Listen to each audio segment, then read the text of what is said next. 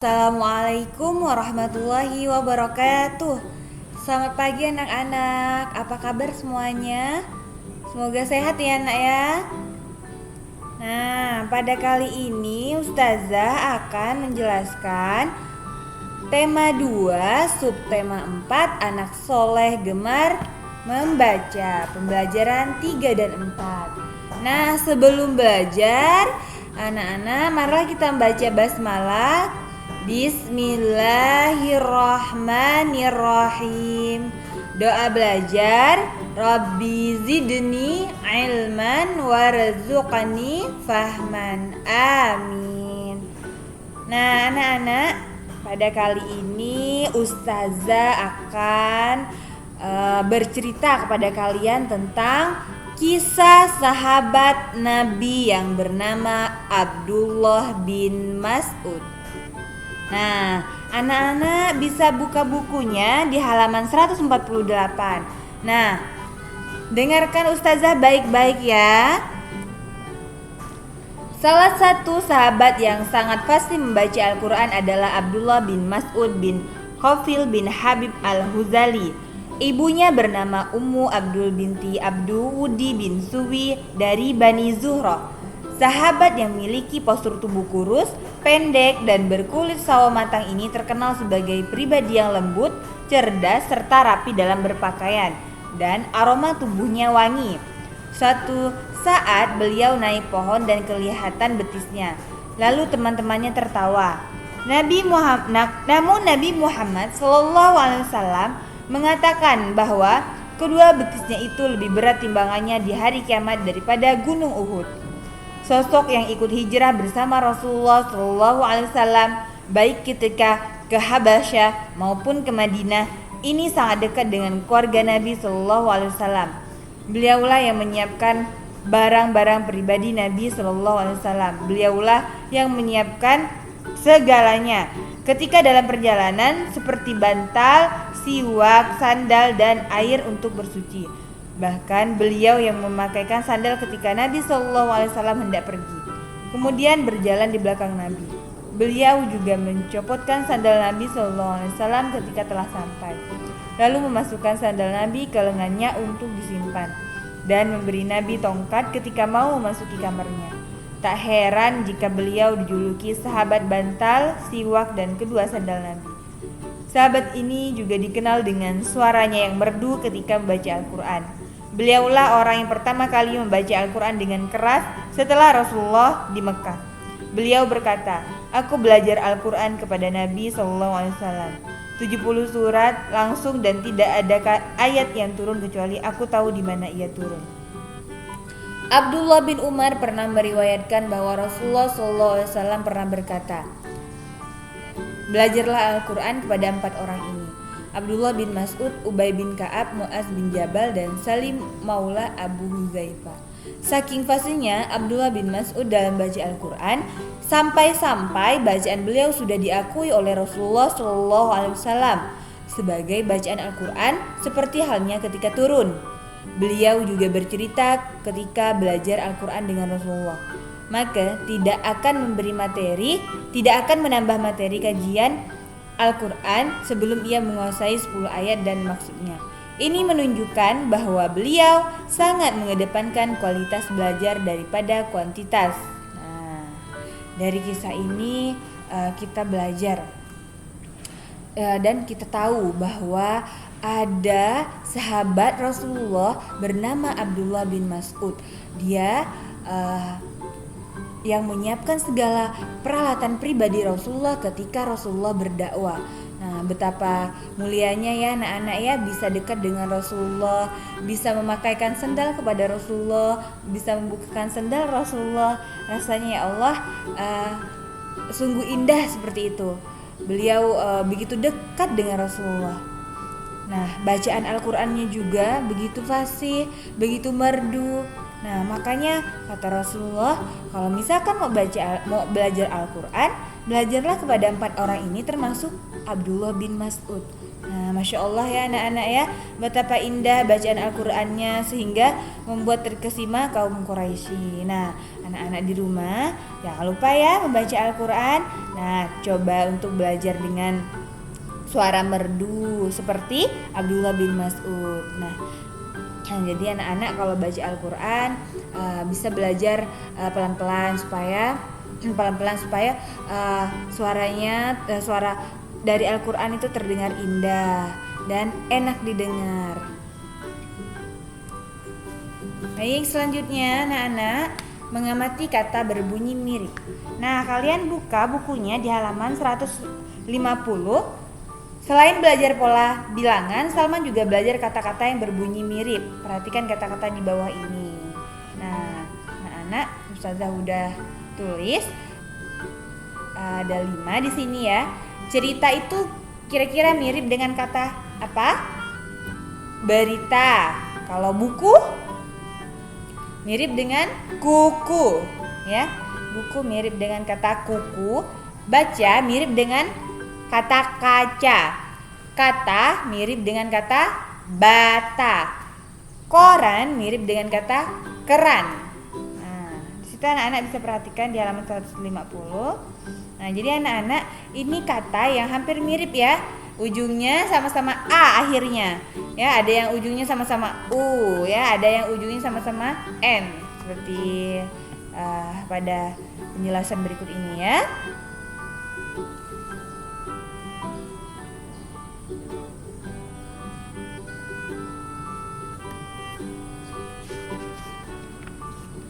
Mencari kata yang mirip. Nah, anak-anak, sekarang Ustazah ada lagi kata-kata yang mirip. Nah, di sini halaman 154.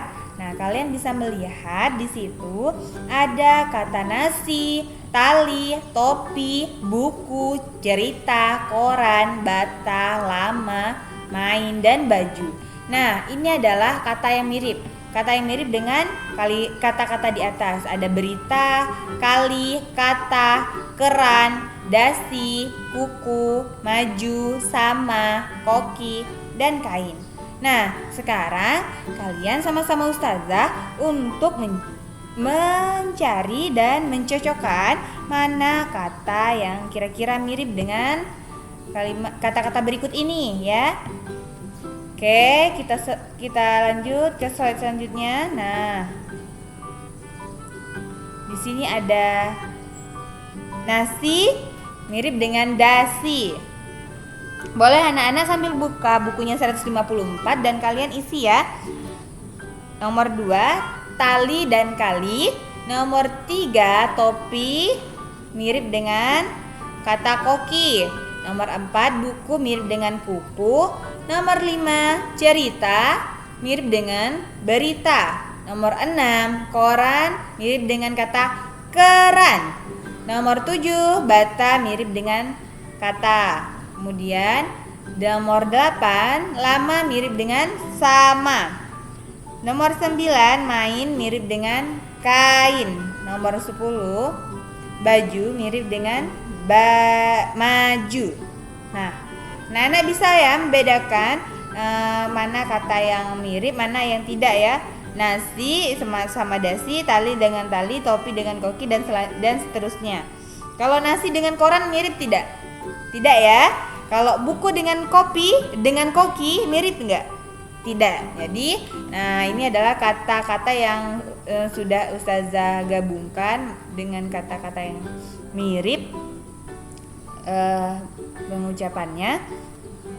Oke anak-anak, kita lanjut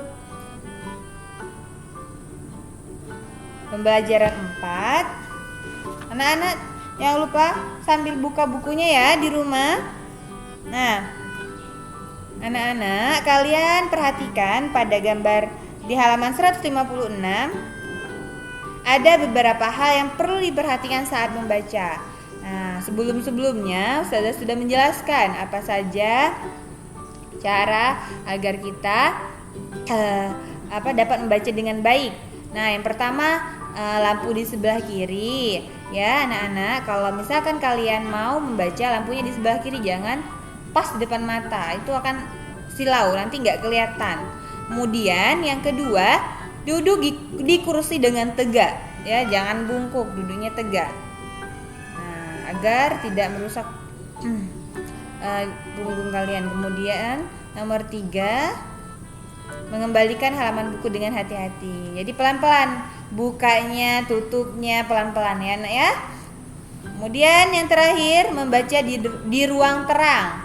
Jadi jangan baca di tempat gelap, nanti bisa merusak mata kalian. Ingat ya anak-anak, ketika membaca buku di rumah, ketika kalian latihan membaca di rumah, kalian beri jarak mata kalian dengan buku kalian 30 cm. Ya, 30 cm. Nah, hal itu agar mencegah mata kalian agar tidak rabun, ya.